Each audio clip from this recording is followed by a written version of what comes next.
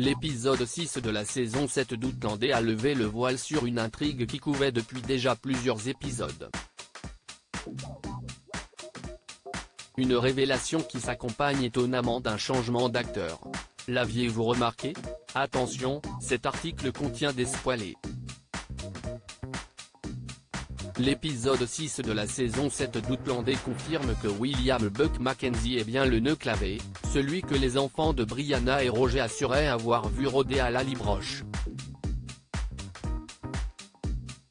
Ce dernier, vu à la toute fin de l'épisode, est en fait un lointain ancêtre de Roger, et le fils bâtard de Dougal Mackenzie, Graham McTavish, et de l'intrigante voyageuse temporelle Jaylee Duncan, Lotte Verbeek. Il était apparu pour la première fois dans l'épisode 7 de la saison 5 d'Outlandais. De retour dans l'Amérique coloniale, Buck surprenait alors Roger proche de sa femme Morag Mackenzie, Alicia Welch.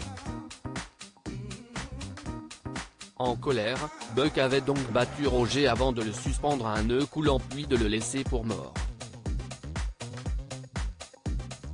Forcément, quand Roger retrouve l'ancêtre qui a failli l'assassiner au XVIIIe siècle, son sang ne fait qu'un tour. Outlander, ce personnage change d'acteur pour la saison 7. Si Roger a reconnu Buck, ce n'est peut-être pas votre cas. Et si est-il bien normal? Outlander a, en effet, casté le rôle pour sa saison 7. Dans la saison 5 d'Outlandais, les fans avaient eu le plaisir de découvrir Graham McTavish dans le rôle de Dougal Mackenzie, le père de Buck, prêtant également ses traits au personnage plus jeune.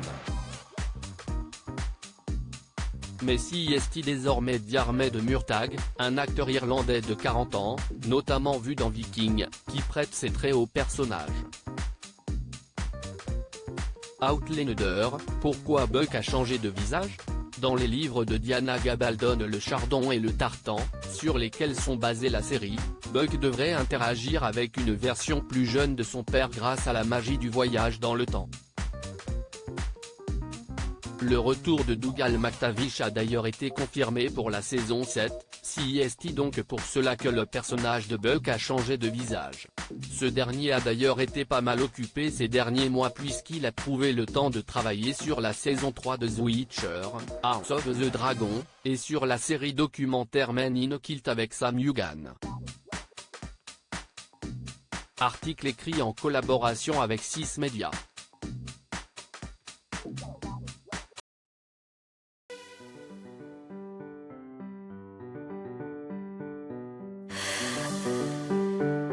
The man I love just